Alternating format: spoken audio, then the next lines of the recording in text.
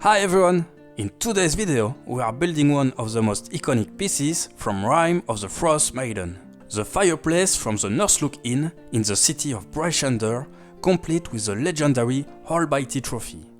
Using simple materials like XPS foam, wooden dowels and one LED light, I will show you how to create this atmospheric centerpiece for your D&D sessions. Whether you are crafting for Icewind Dale or just want a killer piece for your tavern, this is a build you don't want to miss. And the best part, this project is beginner friendly and require no electronic skills. And if you want to hear the Ol Bitey song, make sure to stay until the end. We will start this build by cutting different rectangles in a piece of foam. First, you will need two pieces of 8 by 4 cm with a width of half a centimeter.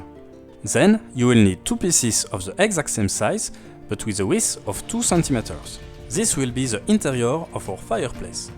Make sure to mark the slim pieces, one for the front and one for the back. And finally, you will need one rectangle that is a bit larger with a width of 1 cm and one rectangle that is a bit larger, a bit longer with a width of 0.2 cm. And the final piece of foam will be a trapeze with a height of 8 cm, a larger of 8.5 cm and a width on the top of 1 cm and at the bottom a width of 3.3 cm. The two last rectangles that we made will be used as a basis and you can mark them as is. The back panel of half a centimeter will be kept complete and the front panel will be cut into an arch in order to form the earth of the fireplace. And the last piece, the trapeze, will serve as a chimney. And here you have already a preview of the final form of the fireplace. In the next step, we'll apply some stone texture on all the pieces. For this, I will simply apply some pressure with this roller, but if you don't have any, stay tuned, I will show you another technique a bit later.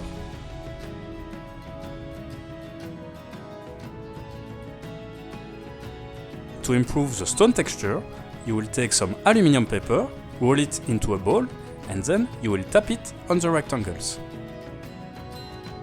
Here you can clearly see the difference before on the right and after on the left. For the next step, you will take the middle piece of the hearth of the fireplace and on it we will draw an arch. For this, you can take any round objects that will be of the correct size, or alternatively, you can also do it freehandly.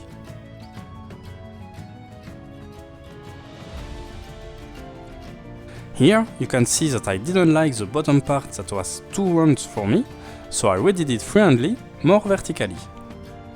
Next, you will simply cut the part that you just drew. And once again, you will need to apply some texture on these pieces, but with a roller it's quite difficult to reach the interior, so I will show you another technique. For this, you will simply take a pen and draw each stone individually. It does not need to be perfect, because this part will not be easily visible. For the next step, you will take the front pieces of the hearth of the fireplace and you will draw an arch on it. However, be really careful that this new arch needs to be a bit smaller than the one you did in the middle piece. Next, you will simply cut the part that you just drew.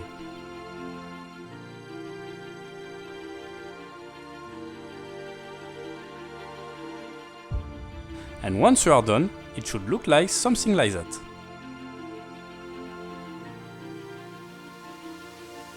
And finally, don't forget to apply some texture on the chimney.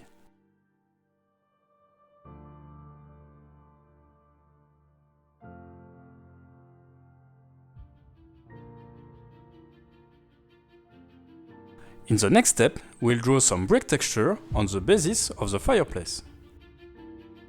For this, you will mark the middle of this piece. Normally, it should be half a centimeter. And then, with a hot wire or with your pen, you will draw a line across it. And then, with a hobby knife, you will draw the vertical lines for the individual bricks.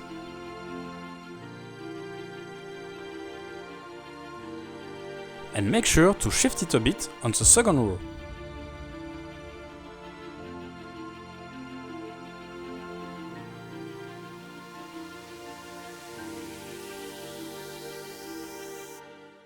And finally, with a pencil, you will widen the slit.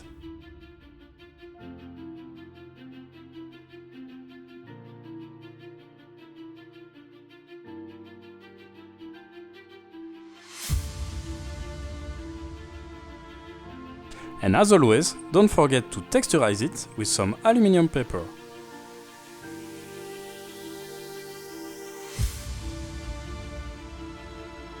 And when you are done, it should look something like that. And don't forget to apply some texture on the second piece of the basis that will come on top of the bricks.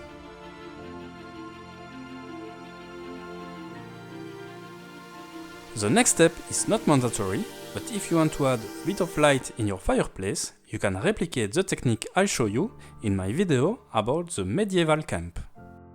This type of battery holder is super easy to use, it does not require any soldering, and here it's super easy to hide in the basis of the fireplace. You will simply cut a gap of the size of the battery holder. And if you use a light, don't forget to cut a small gap in the back panel of the fireplace in order to allow the LED to pass through. And as this light does not require any soldering, the connection may be a little fragile, so don't hesitate to test that the light is still working properly at each step of this build.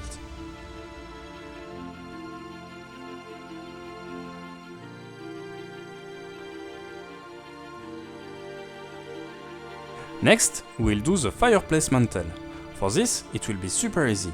You will simply take some square wooden dowel and you will cut them a bit larger than the fireplace. And then you will simply glue them all together. And if you want to replicate this wood effect, I did a dedicated video on how to do it. And for the logs, I will be using the same technique, but this time on round wooden dowels of 3 cm long. For all the stone parts, it will be the same painting technique, but this time with grey instead of brown. Here, you have the result after the first layer of dry brush. Here, after a second layer.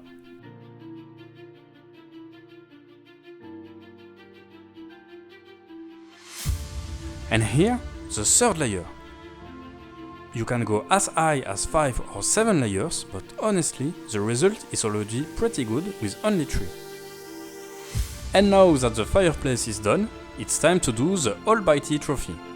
For this, I'm simply using the Whiskits miniature number 9 from Icewind Dale collection, the Knucklehead Trout. Initially, I wanted to use this wooden trophy, but it was a bit large, so I decided to make my own. For this, I will simply use some coffee wooden stirrers. I will use some masking tape in order to keep them in place for the moment. And then I will simply draw some ovals on it. It was not that simple to draw perfect ovals, so since then I invested in some oval ruler drafting template. Before cutting it, make sure that the side is correct. And then you can use some secateur in order to cut it bit by bit.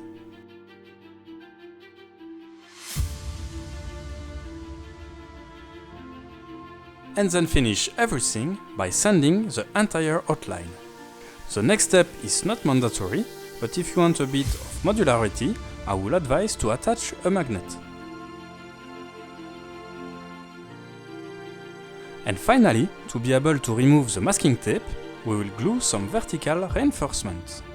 One piece of advice here, make sure to cut the reinforcement perfectly before you glue them. And here you have the final result with the same dry brushing technique.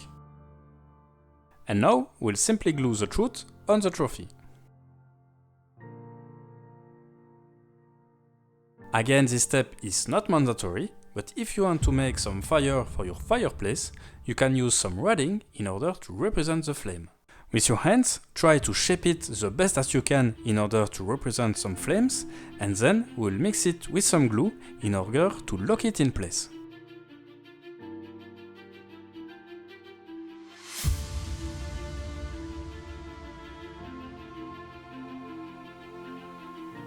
And when you are happy with the result, make sure to leave it dry for at least a full night.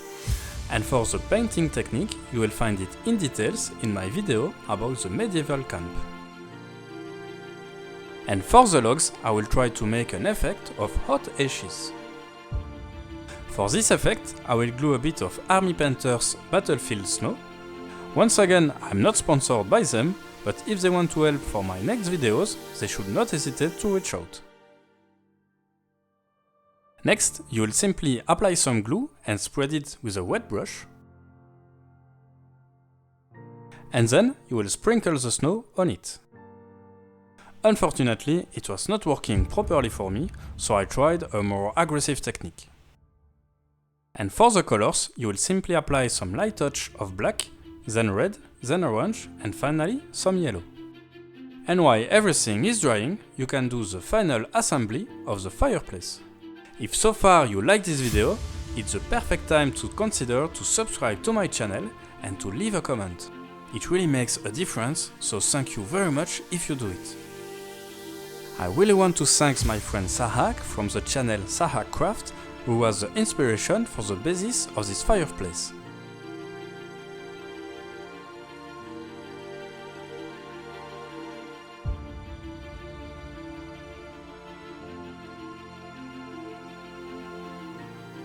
To make sure that everything is drying properly, don't hesitate to lock everything in place with some pins. For more modularity, I did not glue the chimney, but I added one screw in order to add more stability.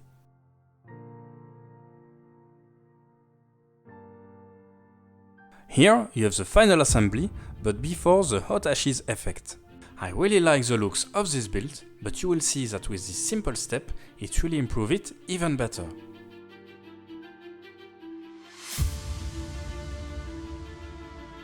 For the trophy, you can simply glue it to the chimney, but for more modularity, you can also use a magnet and a nail.